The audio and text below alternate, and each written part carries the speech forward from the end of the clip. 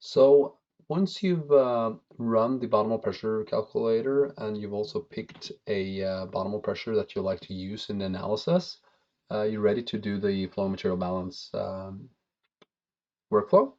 And in the flow material balance, you just click run right here. It generates this diagnostic plot that you see to the right. And you can do this for both multiphase or gas. This is a multiphase system. So then you can use multiphase. Gas should just actually be, strictly it should just be used for dry and wet gases, so that should be fine. When you click run, you get this diagnostic plot, and what you should try to do is to fit a straight line through this data.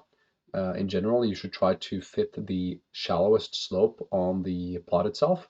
And that's this early time portion of the data in this case. And this is actually when it's only water, reservoir water, and oil, single phase, that's flowing. And this transient effect that you see here is purely a artifact introduced by getting gas into the system, increasing the compressibility of the system, such that these pressure transients and these boundary effects are felt much later.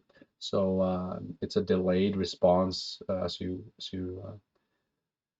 introduce gas. So this is the slope that we're trying to pick in this case. When you click run, you also see that the average reservoir pressure is higher than your bottom pressure. So that's a good QC, especially in cases where you pick a bottom pressure that is or a slope that's too shallow. You'll see that your average pressures will actually cut through your bottom pressures. So just to make an example of that, let's say I pick this slope right here instead, for instance, and click run. What you'll see is that this plot up to the right here will update to something that is less, and here it didn't update, I need to do a hard refresh, to something that is less than the average reservoir pressure. So there we go.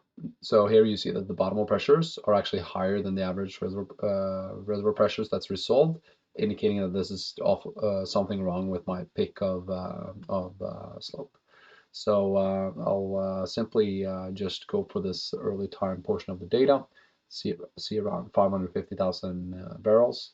And you can also read in the manual if you want to know more about the multiphase flow material balance method.